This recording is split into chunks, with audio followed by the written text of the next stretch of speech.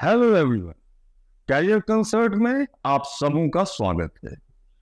जो लोग बीपीएससी 71वीं का फॉर्म भरे हैं, अब उन लोगों के पास बहुत ही कम समय बचा है तैयारी करने के लिए। घबराने की कोई बात नहीं है, बस एक सही रणनीति लास्ट मिनट प्रिपरेशन का, कि कैसे अब आप अपने समय का किस तरह से बेहतर प्रयोग करें, उपयोग करें, ताकि आपका रिजल्ट सुनिश्चित हो सके। जैसा कि आपको पता है कि जो प्रीलिम्स एग्जामिनेशन, जिसको आप लोग पीटी या प्रारंभिक परीक्षा कहते हैं, इसका एक कट ऑफ मार्क्स होता है। जिसको आरक्षण है उसके लिए कट ऑफ मार्क्स ऑब्वियसली थोड़ा नीचे होता है, और जनरल के लिए थोड़ा ऊपर कट ऑफ मार्क्स रहता है। और अगर आप उस कट ऑफ मार्क्स को ले आते हैं, है ना, या उससे अधिक लाते हैं, तो आपका सिलेक्शन मुख्य परीक्षा देने के लिए, मेंस एग्जामिनेशन के लिए होता है। और आप सबों को यह बात भी पता है कि प्रीलिम्स ऑब्जेक्टिव पैटर्न पे होगा, मतलब वैकल्पिक। आप सबों को पता है कि प्रीलिम्स एग्जामिनेशन ऑब्जेक्टिव पैटर्न पे होता है।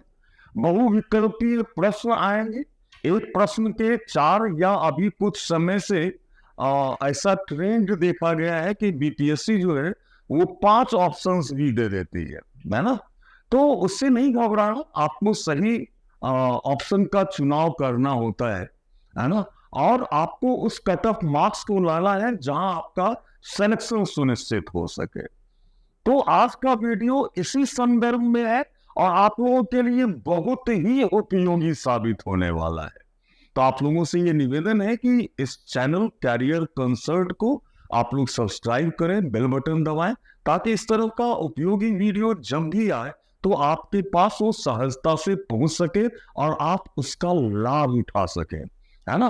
प्रीलिम्स में 2 तरह के प्रश्न पूछे जाते हैं, ये तो आप सबों को पता है। एक तो कंसेप्ट से क्वेश्चन पूछा जाएगा, अवधारणा से प्रश्न होते हैं। और दूसरा प्रश्न जो आता है दूसरी कैटेगरी का, वो फैक्चुअल बेस्ड क्वेश्चंस होते हैं या तथ्यात्मक क्वेश्चन होते हैं, है ना। तो आपको दोनों पे पकड़ मजबूत रखनी है। तो अब ये जो अब बहुत ही कम समय बच गया है, इस समय में आपकी तैयारी कैसी होनी चाहिए, आपको किन किन बातों का ध्यान रखना चाहिए, कहाँ ज्यादा फोकस्ड होना चाहिए, इन तमाम बातों पर हम चर्चा करेंगे। चलिए हम लोग आगे बढ़े और देखें कि जो प्रीलिम्स का एग्जाम है, 71वीं हो या आने वाला जो प्रीलिम्स एग्जामिनेशन होगा, अब तो बीपीएससी हर एक साल परीक्षा ले रही है, निर्धारित समय पर परीक्षा लेती है, समय पर परीक्षा लेती है। तो आप लोगों के लिए गोल्डन अपॉर्चुनिटी है अपना बेस्ट देने का, है ना।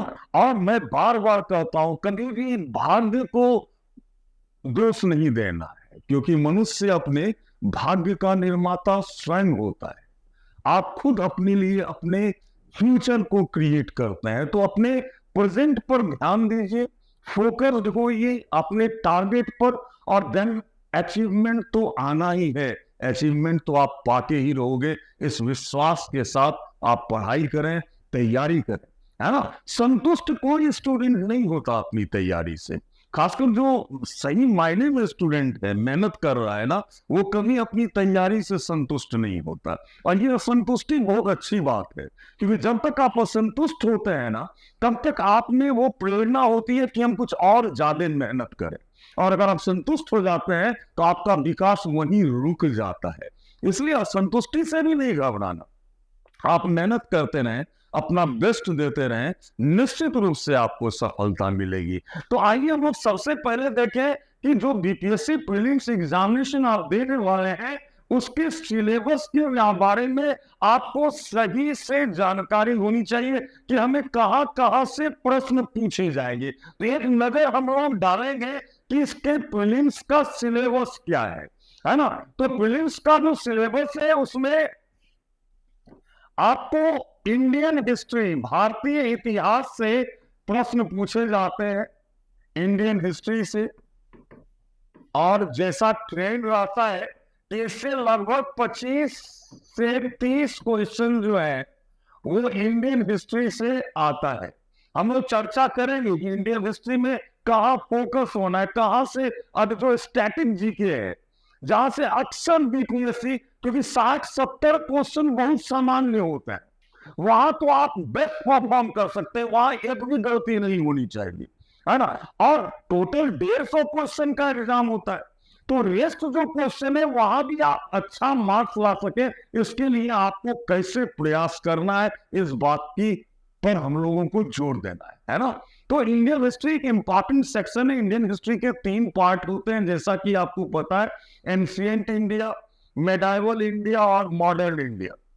तो एंशिएंट इंडिया प्राचीन भारत, प्रारंभ से जब से इतिहास की जानकारी है तब से लेकर हर्षवर्धन तक का जो टाइम पीरियड है उसको एंशिएंट इंडिया में रखते हैं। राजपूत काल से औरंगजेब की मृत्यु अर्थात 1760 तक के इतिहास को मेडावल इंडिया में रखते हैं, और 1760 से 1947 तक के इतिहास को हम मॉडर्न इंडिया में रखते हैं। सबसे अधिक क्वेश्चन जो है वो मॉडर्न इंडिया से पूछा जाता है, आधुनिक भारत के इतिहास से पूछा जाता है। जो वो स्टैटिक जो जीके है उस पर हम लोग चर्चा करेंगे। अभी हम लोग सिलेबस पर नजर डालें तो दूसरा सेक्शन जो है इसका ज्योग्राफी,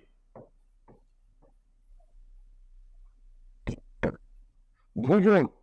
भूगोल से लगभग 20 क्वेश्चंस आते हैं, और भूगोल में खासकर भारत का भूगोल, इंडियन ज्योग्राफी, वर्ल्ड ज्योग्राफी भी आपको पढ़ना है, लेकिन अधिक क्वेश्चन इंडियन ज्योग्राफी से होंगे, इस बात का आप लोग ख्याल रखेंगे, है ना।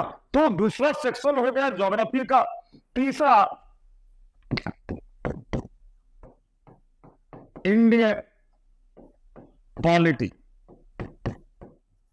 इंडियन पॉलिटी से 10 क्वेश्चंस आते हैं, ये एवरेज देखा गया है कि हर एक प्रारंभिक परीक्षा में भारतीय राज्य व्यवस्था से या भारत के संविधान से संबंधित लगभग 10 क्वेश्चन पूछे जाते हैं। यहां भी हमें कहां फोकस होना है ये हम लोग आगे चर्चा करेंगे, लेकिन भारतीय राज्य व्यवस्था भी एक इंपॉर्टेंट सेक्शन है, और यहां से प्रश्न 10 क्वेश्चन के आसपास आपको इंडियन पॉलिटी से आएगा। अब हम लोग चर्चा करेंगे इंडियन इकोनॉमी। यहां से लगभग 15 क्वेश्चन इंडियन इकोनॉमी से 15 से 20 क्वेश्चन पूछे जाने की संभावना होती है। हालांकि पहले ये देखा जाता था कि 2 या 3 क्वेश्चन ही इंडियन इकोनॉमी से आते थे, लेकिन हाल के बीपीएससी प्रीलिम्स एग्जामिनेशन में या बीपीएससी अन्य पोस्ट के लिए जो परीक्षाएं लेती है वहां भारतीय अर्थव्यवस्था से संबंधित प्रश्नों की संख्या बढ़ी। तो यहां भी आपको यहां से भी प्रश्न आएंगे जो आपको ध्यान रखना है। अब हम लोग देखें नेक्स्ट जो सेक्शन है वो है जनरल साइंस। जनरल साइंस में फिजिक्स, केमिस्ट्री और बायो, ये तीनों सेक्शन से सामान्य विज्ञान में प्रश्न पूछे जाएंगे, है ना। और यहां पर ध्यान क्या देना है कि मैक्सिमम क्वेश्चन, ये लगभग 25 क्वेश्चन जो है वो साइंस से पूछे जाते हैं, जिसमें फिजिक्स से भी क्वेश्चन होंगे, लेकिन ये 2 या 3 क्वेश्चन मैक्सिमम फिजिक्स से। केमिस्ट्री से कंपैरेटिवली अच्छे क्वेश्चन पूछे जाते हैं, 7-8 क्वेश्चन होंगे। लेकिन बायोलॉजी सेक्शन में, जिसमें बॉटनी और जूलॉजी दोनों आता है, वहां से लगभग 15 क्वेश्चन होते हैं। इसलिए बायोलॉजी पर आपको बहुत अधिक ध्यान देना है। किन टॉपिक पर ध्यान देना है वो मैं आपको बताऊंगा, है ना। अब आप लोग देखेंगे नेक्स्ट सेक्शन जो बहुत ही इंपॉर्टेंट है वो है करंट अफेयर्स, समसामयिकी जिसको कहते हैं, समसामयिकी, करंट अफेयर्स। करंट अफेयर्स के अंतर्गत लास्ट 6 मंथ की जो इंपॉर्टेंट घटनाएं हैं उससे आपको अवगत होना है, वहां से संबंधित प्रश्न पूछे जाते हैं। लेकिन अगर हम बीपीएससी के एग्जाम में हमने अक्सर देखा है कि प्रश्न लगभग पिछले 6 मंथ से लेकर 12 महीने तक का, तो आपको लगभग 1 साल का, पिछले 1 साल का करंट अफेयर्स जो है वो आपको याद रखना है, इस पर मेहनत करनी है ना। तो करंट अफेयर से अच्छे खासे क्वेश्चंस आते हैं, लगभग 20 to 25 क्वेश्चन जो है वो करंट अफेयर से आते हैं। अब आइए बिहार स्पेशल पे। बिहार स्पेशल क्योंकि बीपीएससी का एग्जाम है, तो बिहार से रिलेटेड जो इतिहास है, हिस्ट्री है बिहार का जो राज्य व्यवस्था बिहार की जो अर्थव्यवस्था है, बिहार का जो भूगोल है ना, बिहार से संबंधित जो करंट अफेयर्स है, जो गवर्नमेंट की इंपॉर्टेंट पॉलिसीज हैं, नीतियां हैं, है ना, योजनाएं हैं, उनके संदर्भ में भी प्रश्न जो है वो बीपीएससी पूछती है। और बिहार से संबंधित प्रश्नों की संख्या लगभग 25 होती है। और last but not least, math जो होता है वो 10th लेवल का होता है, और यहां से 10 क्वेश्चंस होते हैं, है ना। Commercial math, normally commercial trigonometry और अलजेब्रा से भी क्वेश्चन पूछा जाता है। 2-3 तो सहज भाव में लोग बना सकता, आसान मैथ होते हैं, और कुछ मैथ जो होता है वो कठिन होता है। मैं इसमें भी चर्चा करूंगा कि यहाँ पे आपको क्या करना चाहिए। जो मैथ बैकग्राउंड के स्टूडेंट हैं उनके लिए तो कोई मुश्किल नहीं है, लेकिन जो मैथ बैकग्राउंड के स्टूडेंट नहीं है वो नए सिरे से मैथमेटिक्स की तैयारी करने की कोई जरूरत अब नहीं है, अभी नहीं है ना। तो हम लोग इस पर चर्चा करेंगे कि मैथ के लिए आपकी रणनीति, स्ट्रैटेजी क्या होनी चाहिए, है ना। तो सिलेबस के बारे में एक खाका आपके दिमाग में अवश्य होना चाहिए, इससे पता लगा कि ये जो लास्ट आवर प्रिपरेशन है इसमें हमको अब कहां पर फोकस होना है।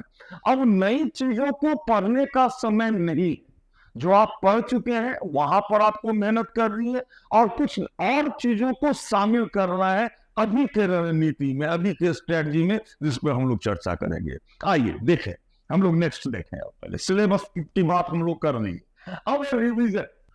अब देखिए, एक सामान्य बात है कि हर एक इंसान के अंदर, क्योंकि आप लोग कंपटीटर हैं तो ये जानना चाहिए 2 तरह के माइंड होते हैं, एक कॉन्शियस माइंड और दूसरा सब कॉन्शियस माइंड। कॉन्शियस माइंड में कुछ बातें जो होती है ना वो आपको याद रहती, लेकिन जो आप एक बार पढ़ चुके हैं ना, और अगर आप रिवीजन नहीं करेंगे तो वो आपके सबकॉन्शियस माइंड में चला जाता है, तो आपको अचानक याद नहीं आता है। कोई फैक्ट पूछ दिया तो आपको याद नहीं आएगा, कुछ अवधारणा से संबंधित बातें आपको याद नहीं आएगी। तो इसके लिए क्या करना है कि आप रिवीजन कीजिए, रिवीजन मस्ट है ना। रिवीजन जब तक आप नहीं करेंगे, ना तो आप तथ्यों को पचा पाएंगे, ना ही आप अवधारणा को समझ पाएंगे। तो जो भी आपने तैयारी की है अभी तक ना, उसको बार बार रिवीजन कीजिए। जिस चीज को आज आप पढ़े हैं उसको कल फिर पढ़िए, नेक्स्ट डे उसको दोहराइए, फिर 4 दिन के बाद देखो, फिर 7 डेज के बाद देखो, फिर 15 डेज के बाद देखिए। तो ये रिवीजन जो है ना हर एक चैप्टर का होना चाहिए।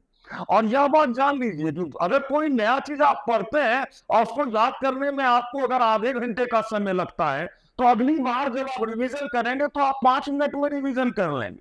फिर अगले बार ये ड्यूरेशन आपका कम होता जाएगा। लेकिन रिवीजन करना बहुत जरूरी है, ताकि तथ्य आपके कॉन्शियस माइंड में रहे, अवधारणा आपके कॉन्शियस माइंड में रहे, वो स्किप नहीं करे एग्जामिनेशन हॉल में। इस बात का ख्याल रखना है। और इसके लिए सबसे जरूरी होता है कि आप जो भी पढ़े हैं या पढ़ाई कर रहे हैं, या आप बीपीएससी 71वीं के लिए जो भी आपने अपना नोट्स, फुट नोट्स तैयार किया है, उसको बार बार देखें, रिवीजन करें। रिवीजन मस्ट है ना। तो ये दूसरा की पॉइंट रिवीजन, ये आप लोगों को समझ में आ गया होगा। अब हम लोग नेक्स्ट सेक्शन को देखें, करंट अफेयर्स। मैंने कहा कि करंट अफेयर्स एक इंपॉर्टेंट सेक्शन है जहां से बहुत ही प्रश्न पूछे जाते हैं, और आपको लगभग 1 साल का करंट अफेयर्स तैयार करना है। अब तो समय है नहीं। अब जो बीपीएससी की तैयारी या सिविल सर्विसेज की तैयारी कर रहे हैं, वो अपने डेली रूटीन में करंट अफेयर्स को शामिल करते हैं। लेकिन वैसे स्टूडेंट जो करंट अफेयर्स पर उतना समय नहीं दे रहे या उसके लिए स्ट्रेटजी नहीं बना है, वो भी घबराए मत, अभी भी समय है। आप चाहें तो आप निश्चित रूप से करंट अफेयर्स में मैक्सिमम क्वेश्चन आप सॉल्व कर सकते हैं। क्लियर है? तो क्या क्या क्वेश्चन आ सकता है यहाँ, तो इसको ध्यान में रखिए कि एक तो इंपॉर्टेंट पर्सनालिटी, जो महत्वपूर्ण व्यक्ति है उसका एक लिस्ट बना ले आप, या कोई इंपॉर्टेंट व्यक्ति जिनका हाल फिलहाल डेथ हुआ है ना, वो आज से 10 वर्ष पहले किसी बहुत बड़े पद पे थे लेकिन हाल फिलहाल इसकी मृत्यु हुई है, तो वो इंपॉर्टेंट हो जाता है, उससे रिलेटेड क्वेश्चंस पूछा जा सकता है। इंपॉर्टेंट पर्सनैलिटी ये बहुत ही इंपॉर्टेंट टॉपिक है। यहां से अक्सर प्रश्न बीपीएससी में 1 या 2 प्रश्न यहां से आना ही आना है, तो आप इंपॉर्टेंट पर्सनैलिटी को देखेंगे। दूसरा, इंटरनेशनल अफेयर को, इंटरनेशनल अफेयर्स जो अंतरराष्ट्रीय घटनाक्रम है, जहां पर भारत प्रतिभागी रहा है, भारत के प्रधानमंत्री, राष्ट्रपति या कोई भी प्रतिनिधि उस बैठक में, जो अंतरराष्ट्रीय स्तर का बैठक है या घटनाक्रम है, तो उसको आप लोगों को बिल्कुल दिमाग में रखना है।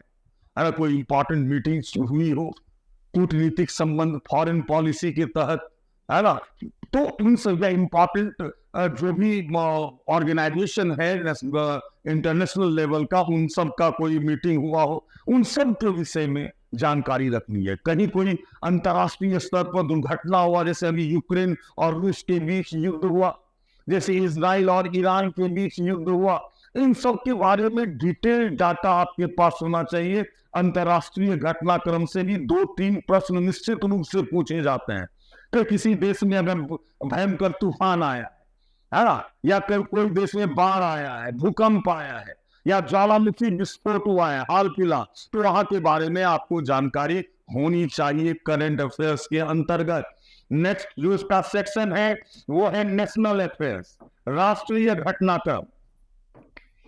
नेशनल अफेयर्स, नेशनल अफेयर्स राष्ट्रीय स्तर पर जो इंपॉर्टेंट घटनाएं घटी हैं उसके बारे में भी आप लिस्ट बनाएंगे और उसको बार बार रिवीजन करेंगे, देखेंगे। वहां से यहां से 3 क्वेश्चन 4 क्वेश्चन तक आते हैं राष्ट्रीय घटनाक्रम से।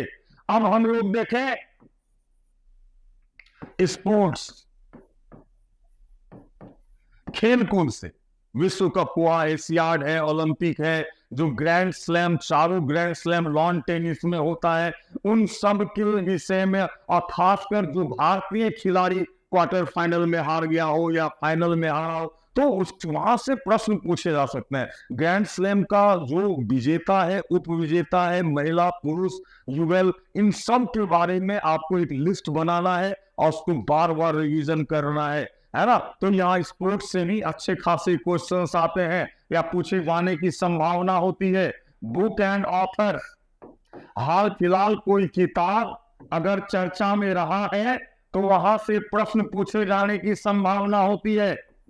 साइंस एंड टेक्नोलॉजी, विज्ञान और प्रौद्योगिकी के क्षेत्र में जो हाल फिलहाल अनुसंधान हुआ है, रिसर्च हुआ है, उन सब के बारे में भी प्रश्न पूछे जा सकते हैं साइंस एंड टेक्नोलॉजी में।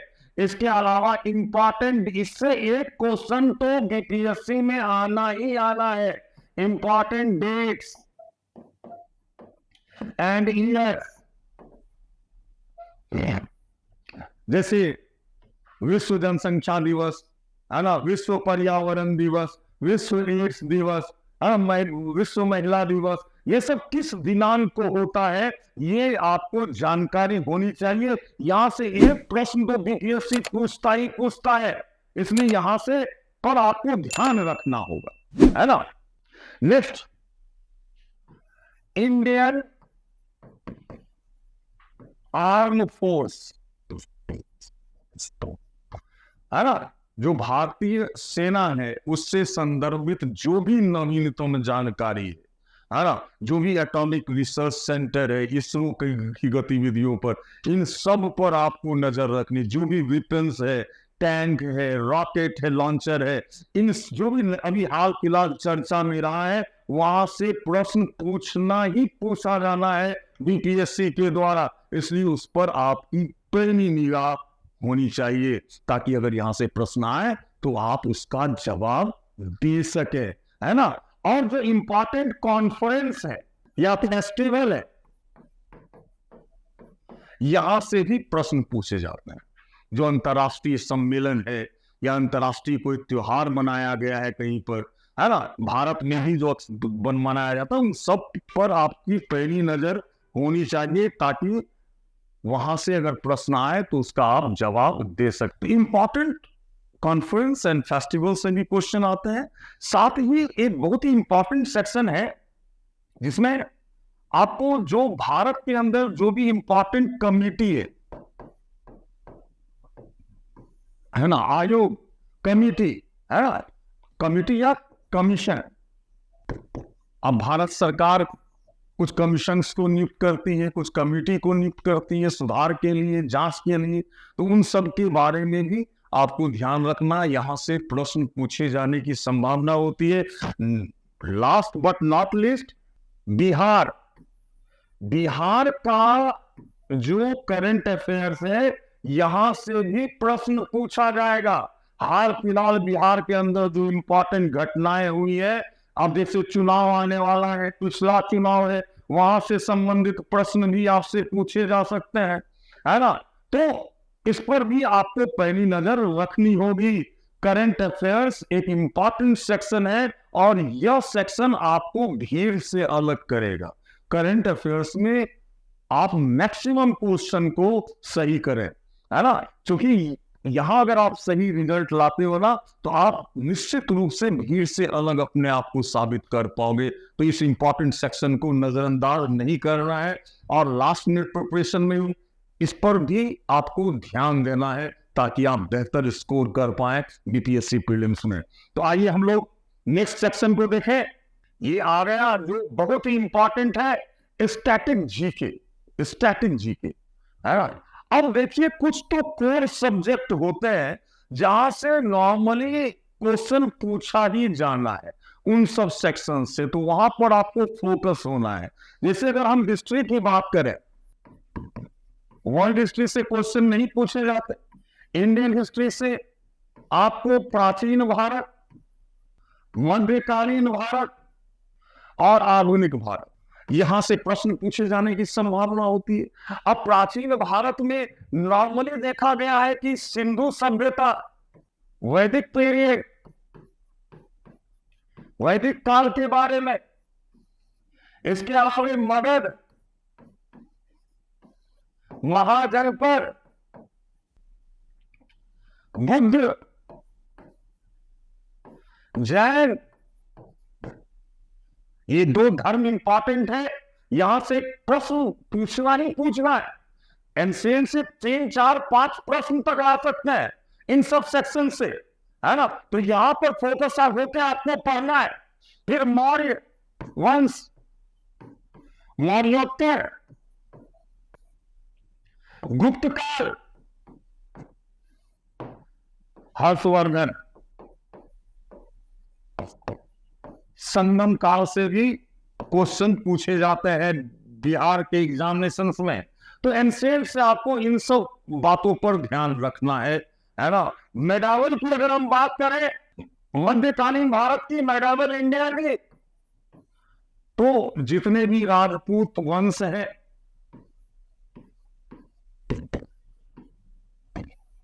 इसके अलावा दिल्ली सल्तनत,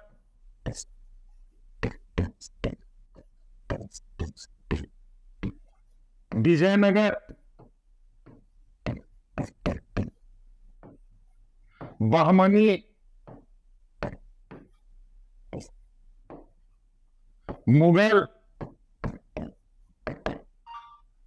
इन सारे सेक्शंस को आपको, इंपॉर्टेंट सेक्शंस को आपको देखना है ना। मुगल काल से भी क्वेश्चन आते हैं, है ना, मुगल प्रशासन से क्वेश्चन आता है, ठीक है। दक्षिण भारत के इतिहास को भी आपको एक पैनी नजर देनी होगी। हालांकि यहां से 1-2 क्वेश्चन, खासकर स्थापत्य कला से क्वेश्चन यहां आता है, दक्षिण भारत से, है ना। और आपको जो सबसे अधिक प्रश्न आते हैं वो मॉडर्न इंडिया से आते हैं, मॉडर्न इंडिया।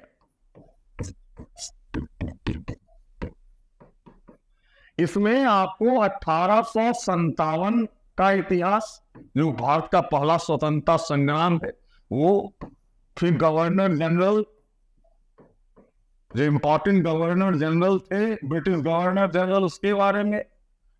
बंगाल से क्वेश्चन आता है, बंगाल में जो स्वतंत्र सत्ता की स्थापना हुई। इसके अलावा स्वतंत्रता आंदोलन से क्वेश्चन पूछा जाएगा। 1885 से लेकर 1885 से लेकर भारतीय राष्ट्रीय कांग्रेस की स्थापना से लेकर 1947 तक के इतिहास से काफी प्रश्न आते हैं। इसके अलावा प्रेस से भी क्वेश्चन आते हैं, और साथ में आपको बिहार का इतिहास भी जानना है ना। बिहार का इतिहास है, पूछ देगा भारत के स्वतंत्रता आंदोलन में या असहयोग आंदोलन में बिहार की क्या भूमिका रही, बिहार के किन किन लोगों ने हिस्सा लिया, या चंपारण सत्याग्रह में गांधी जी के साथ कौन कौन थे। जयप्रकाश नारायण की गतिविधियों से संबंधित प्रश्न पूछे जा सकते हैं आपको, या जो भी स्थानीय स्तर पर जो घटनाएं घटी थी स्वतंत्रता आंदोलन के दौरान, वहां से प्रश्न पूछे जा सकते हैं, जिसमें बहुत जल्दी आप लोगों को वीडियो बनाकर मैं बनाऊंगा आप लोगों के लिए, ताकि उस वीडियो को देखकर भी आप काफी कुछ जान सकें, सीख सकें और बेहतर परफॉर्म कर पाए। तो ये हिस्ट्री सेक्शन से यहाँ से प्रश्न जो है, ये सब स्टैटिक जीके, यहाँ से प्रश्न आना ही आना है। उसी तरह अगर हम देखें इंडियन पॉलिटी, भारतीय राज व्यवस्था से, यहां से 10 क्वेश्चन आना है, 10 क्वेश्चन पूछे ही जाते हैं, जिसमें मौलिक अधिकार, जो भाग 3 है, मौलिक अधिकार, संसद, राष्ट्रपति, उपराष्ट्रपति, प्रधानमंत्री, आपात बंद,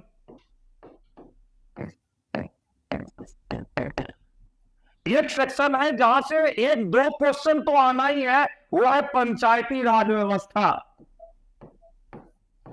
पंचायती राज व्यवस्था, इस सेक्शन को बहुत अच्छे से करेंगे कि यहां से क्वेश्चन, ये देखा गया कि कोई ऐसा बीपीएससी एग्जाम नहीं हुआ है जिसमें यहां से प्रश्न नहीं पूछा गया हो, है ना। संविधान संशोधन, यहां से भी प्रश्न आते हैं। तो इंडियन पॉलिटी में ये सब सेक्शन आपको देखना है। अब हम लोग नेक्स्ट चर्चा करेंगे ज्योग्राफी। ज्योग्राफी में आपको इंडियन ज्योग्राफी पर ज्यादा फोकस होना है, भारत के भूगोल पर, है ना, जिसमें फिजिकल ज्योग्राफी से भी क्वेश्चन आएगा। फिजिकल ज्योग्राफी से भी मतलब पर्वत, पठार, मैदान, ज्वालामुखी, रेगिस्तान, है ना, यहां से प्रश्न आएंगे। एग्रीकल्चर से प्रश्न आएंगे। झील, नदी तंत्र जो भारत का है, भारत की मिट्टी से आएगा, कृषि से आएगा, जनसंख्या से आएगा, यहां से प्रश्न आएगा, है ना। तो ज्योग्राफी पर काफी फोकस होना है आपको, खासकर इंडियन ज्योग्राफी पर और बिहार के भूगोल पर। बिहार की मिट्टी, बिहार का वन क्षेत्र, बिहार में सिंचाई, बिहार का फसल, ये सब पर भी आपकी पकड़ मजबूत होनी चाहिए ज्योग्राफी के अंतर्गत। अगर हम विश्व के भूगोल की बात करें तो विश्व में जो भी नदियां हैं, सबसे लंबी नदी, सबसे गहरी नदी, झील के बारे में, है ना, ज्वालामुखी के बारे में, पर्वत श्रृंखला के बारे में, यहाँ से प्रश्न पूछे जा सकते हैं। इसके अलावा जितने भी अंतरराष्ट्रीय संगठन हैं, चाहे यूनाइटेड नेशन ऑर्गेनाइजेशन का हो या अन्य संगठन हो, उन सब के बारे में भी यहाँ प्रश्न आता ही आता है। इसलिए इन सब सेक्शंस को देखेंगे और आपको यहाँ से प्रश्न, मैक्सिमम प्रश्न यही से आने वाले। ये सब कोर सब्जेक्ट्स हैं। अब अगला जो कोर सब्जेक्ट है वो है जनरल साइंस, जनरल सामान्य विज्ञान। और सामान्य विज्ञान के 3 सेक्शंस हैं, फिजिक्स, केमिस्ट्री, बायो। मैंने कहा कि इसमें सबसे अधिक बायो से प्रश्न पूछे जाते हैं, उसके बाद केमिस्ट्री से और सबसे कम फिजिक्स से। तो फिजिक्स में आपको खासकर जो गति है, न्यूटन्स लॉ ऑफ मोशन, वो देख लेना है, लाइट देख लेना है, प्रकाश, चुंबक, विद्युत, इलेक्ट्रिसिटी। यहां से प्रश्न आपको जो 1-2 प्रश्न आते हैं वो यही से आता है। नेक्स्ट अगर केमिस्ट्री में देखें तो यहां मेटल और नॉन मेटल भी, मिश्र धातु के बारे में, है ना, यहां से प्रश्न आएंगे। जो रासायनिक बंधन है, केमिकल बॉन्डिंग है, वहां से क्वेश्चन आते हैं। रासायनिक सूत्र से क्वेश्चन आते हैं।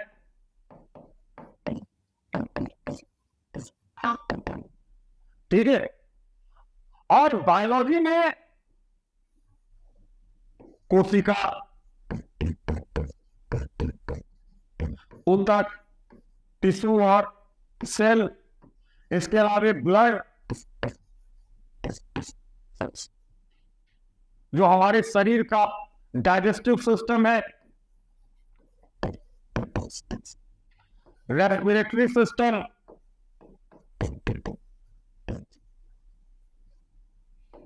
जितने भी डिजीज हैं, जैसे बैक्टीरियल डिजीज, फंगल डिजीज, है ना, प्रोटोजोआ से होने वाला डिजीज, वायरल डिजीज, उन सब का एक लिस्ट बनाए, वहां से काफी प्रश्न आते हैं।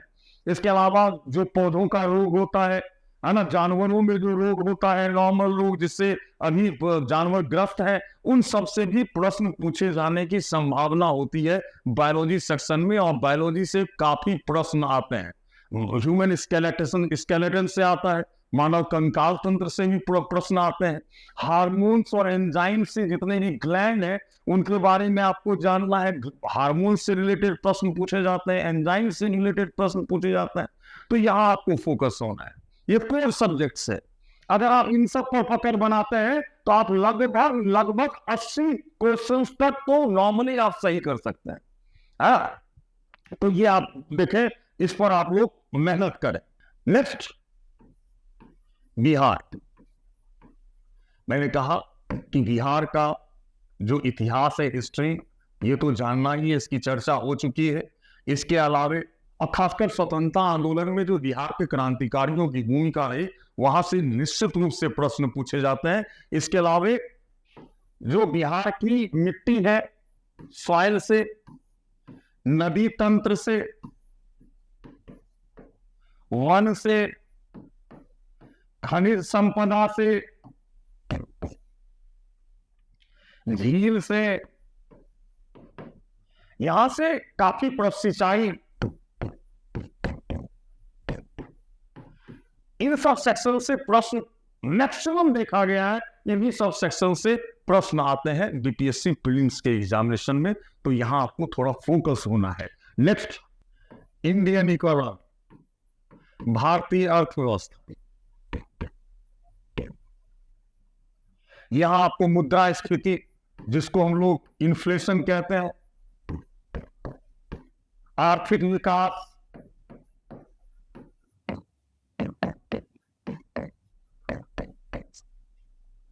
राष्ट्रीय आय, बजट, पंचवर्षीय योजना,